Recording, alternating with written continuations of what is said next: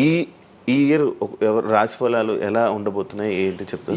ఈ సంవత్సరము వచ్చేటువంటి సంవత్సరం పేరు యాక్చువల్గా మనకు యుగాది అనేది రూపాంతరంగా మారి ఉగాది అయింది. యాక్చువల్గా యుగాది యుగాది యుగాది అది ఉగాదిగా మారింది. ఈ సంవత్సరము పేరు శ్రీ విశ్వ వసునామ సంవత్సరము. ఈ సంవత్సరానికి అధిపతి రవి అంటే సూర్యుడు. సో ఈ సంవత్సరము ఎలా ఉండబోతుంది ఓవరాల్ సంవత్సరము అంటే, రవి అంటే రాజు, రాజకీయాలు, పబ్లిసిటీ, ఈ మూడు రవి కమాండ్ చేస్తాడు. అంటే ఈ సంవత్సరము బాగా బాగా బాగా ఎఫెక్ట్ అయ్యేటువంటి వాళ్ళలో రాజకీయ నాయకులు నెంబర్ 1 పొజిషన్లో ఉన్నారు. దేశాలు ఉన్నాయి అంటే దేశాల మధ్యన, రాష్ట్రాల మధ్యన యుద్ధ వాతావరణము, రాజుల మధ్యన వైరము, రాజులకు ప్రాణగండము, రాజులకు కారాగార వాసము, ప్రకృతి వైపరీత్యాలు, మరీ ముఖ్యంగా అగ్ని ప్రమాదాలు, విమాన ప్రమాదాలు, పడవ ప్రమాదాలు, రైలు ప్రమాదాలు, సో అనుకోని ప్రదేశాలలో అగ్ని ప్రమాదాలు, అలాగే సునామీ హెచ్చరికలు, అలాగే నగరాల్లో విపరీతమైన వర్షపాతము, అండ్ మరీ ముఖ్యంగా ఈ సంవత్సరం విడాకుల సంఖ్య చాలా ఎక్కువ. అలాగే వీటిలో పాజిటివ్ తీసుకుంటే ఆడవారికి విపరీతమైన రాజయోగము, అంటే ప్రాముఖ్యత అనేది ఈ సంవత్సరం ఆడవారికి పెరుగుతుంది. అలాగే 25 సంవత్సరాల నుండి 35 సంవత్సరాల యువతలో ఎక్కువగా కార్డియాక్ అరెస్ట్లు అంటే చనిపోవడము, అలాగే కన్ను లేదా చర్మానికి హార్ట్, లివరు సంబంధించినటువంటి ఏదైనా ఒక వైరస్ బాధించే అవకాశము. సో ఇవన్నీ కూడా ఈ సంవత్సరం ఉన్నాయి. దీనికి కారణం షష్టగ్రహ కూటమి అని మీనరాశిలో ఏర్పడుతోంది. సో షష్టగ్రహ కూటమి 2019 డిసెంబర్లో ఏర్పడ్డప్పుడు మనకు కరోనా వచ్చింది.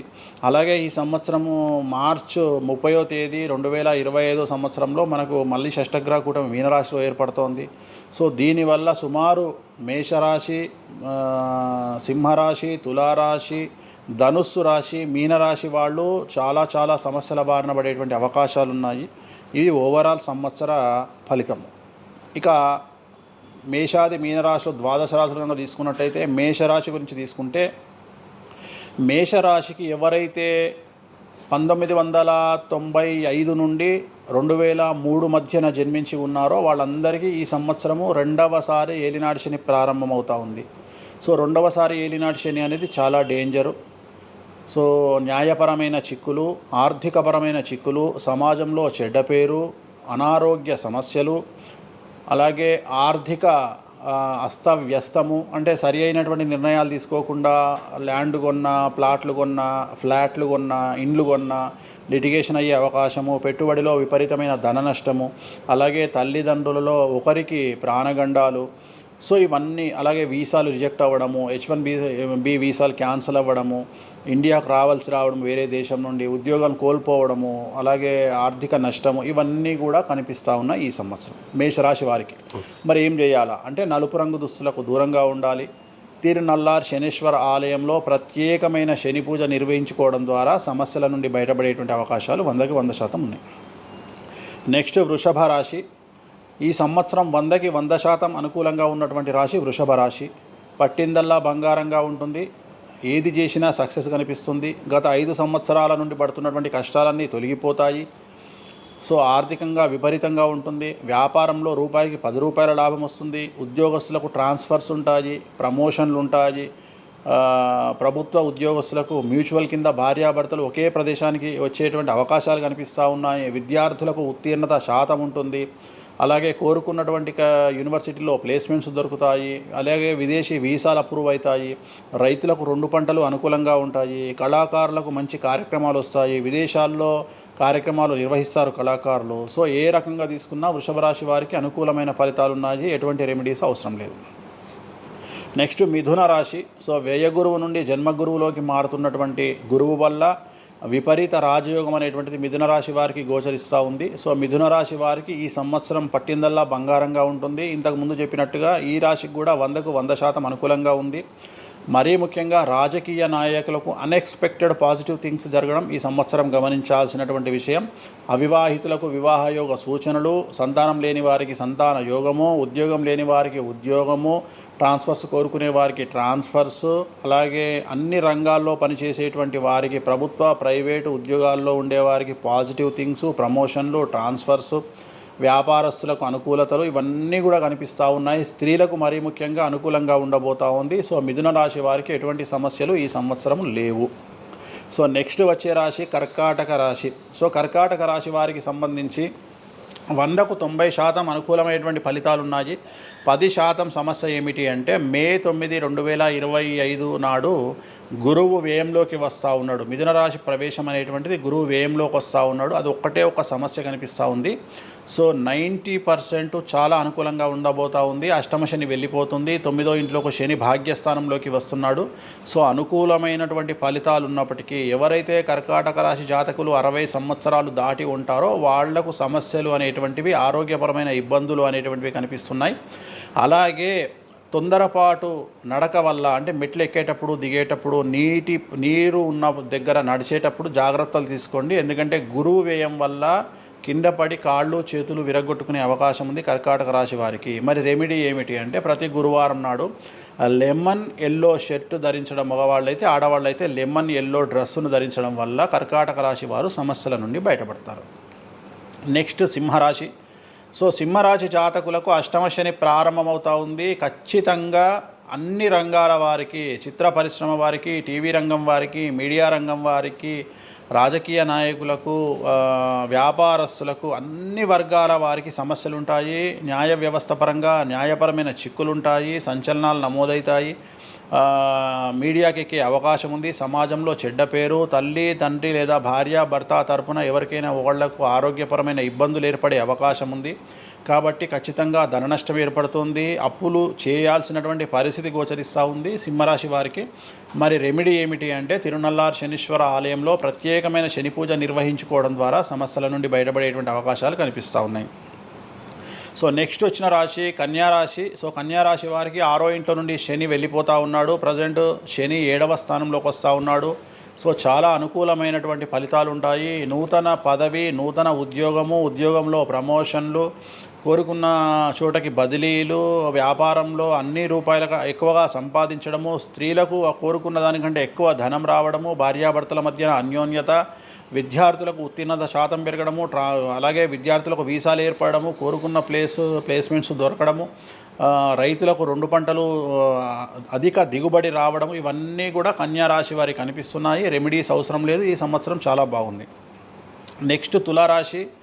సో ఈ అన్ని రాశుల్లోకి అతి డేంజర్ రాశి, సమస్యల బారిన పడే రాశి తులారాశి. ఎందుకంటే షష్టగ్రహ కూటమి ఎఫెక్టు 6వ ఇంట్లో, 6వ స్థానంలో శని 6వ ఇంట్లో. సో తులారాశి అనేది అతి పెద్ద సమస్యను ఎదుర్కోబోతూ ఉంది. తులారాశి వారికి ఆర్థికంగా విపరీతమైనటువంటి రాబడి ఈ సంవత్సరం ఉంటుంది. డబ్బు మినహా అన్ని రకాలుగా మీకు సమస్యలు ఉంటాయి. డబ్బు కోరుకున్న దానికంటే ఎక్కువగా వస్తుంది, కానీ న్యాయపరంగా, ఆర్థికపరంగా, సామాజికంగా తప్పుడు నిర్ణయాలు లేదా తప్పుడు సమస్యలు లేదా సమాజంలో చెడ్డ పేరు, సంఘంలో చెడ్డ పేరు, ఆరోగ్యపరమైన ఇబ్బందులు, న్యాయపరమైన చిక్కులు. సో తులారాశి వారికి ఏ విధంగా తీసుకున్నా ఒక్క డబ్బు మినహా మిగతా అన్ని సమస్యలే. డబ్బు రాబడి మాత్రమే గొప్పగా కనిపిస్తూ ఉంది, అన్ని సమస్యలే కనిపిస్తూ ఉన్నాయి. తిరునల్లార్ శనీశ్వర ఆలయంలో ప్రత్యేకమైన శని పూజ నిర్వహించుకోవడం ద్వారా సమస్యల నుండి బయటపడతారు.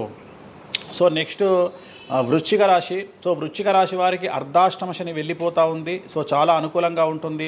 కళాకారులకు, సినిమా స్టార్స్కు, టీవీ వాళ్లకు, మీడియా వాళ్లకు చాలా అనుకూలంగా ఉండబోతూ ఉంది.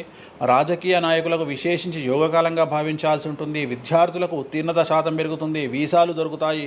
అలాగే విదేశాలకు వెళ్ళే వారికి ఉద్యోగాలు దొరుకుతాయి.